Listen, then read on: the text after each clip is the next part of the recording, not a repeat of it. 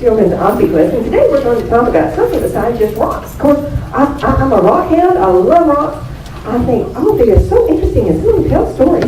But today we're going to talk about, I want something that was plain and ordinary. Now, you go out and you pick up a rock. What's it worth? Not much, huh? I mean, there's whole mountains of rocks. There's places where you can drive for all day, almost all day and all night, and just see rocks. Where do you go? Ask anybody who's been to California. Yeah. Or people that have been up Wyoming and the Dakotas. I think there's rocks everywhere. Matter of fact, you get down deep enough, people will tell you there's rocks down there. But,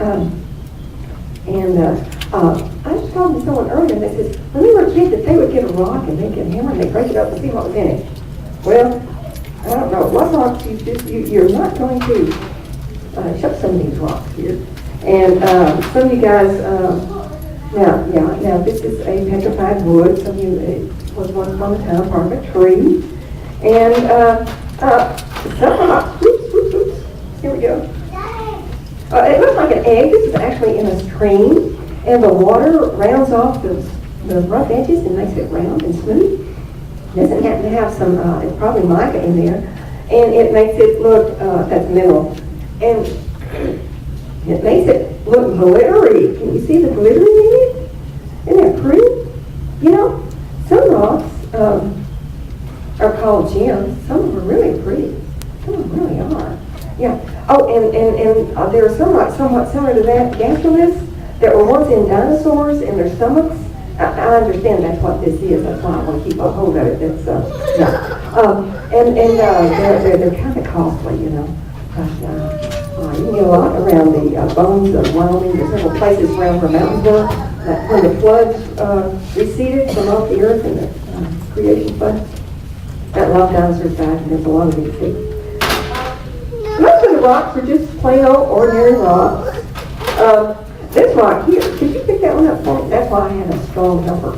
Now, this rock was in my daddy's flower bed for a long time. He had two rocks there, and they looked a lot alike. One had a little bump on top, looks more like a little snowman or something, just a two-piece snowman. And it was limestone on the outside, and the rain dissolved pits in it and made it rough, okay? It's an old rock. He bought it because somebody told him, this snake oil salesman told him it was a dinosaur egg. And he bought it in Glenrose. Anybody knows anything about Glenrose? There's Dinosaur Valley there. Okay? And there's some tracks of dinosaurs down there. By the way, I've been there myself, and I've seen tracks of dinosaurs and people's footprints there. But you know, evolutionists will tell you they didn't exist at the same time. But I've seen the footprints. I wonder if somebody's wrong there somewhere. But nonetheless, this rock, it's not worth much, you know, just an old chunk of rock. But you know, if you have, you know, think about God looking at people, and some rocks, yeah, that was the other rock, the companion rock, it was outside long enough that the white outer edge, the outer layer was eaten away. And you never know by looking at an old rock what it's really worth. Turn that around and we're going to show these people. This is a geode, and it has got some violet-colored crystals in it. Beautiful, beautiful. I have seen some geodes that have blue or pink or purple. Oh, gorgeous, gorgeous, gorgeous. You know, we're like that rock.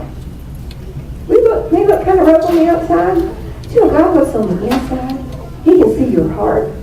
He knows, wow, you are beautiful. Did you know God loves every one of you? You have beauty inside you, and God can see it. Don't go back, here's these.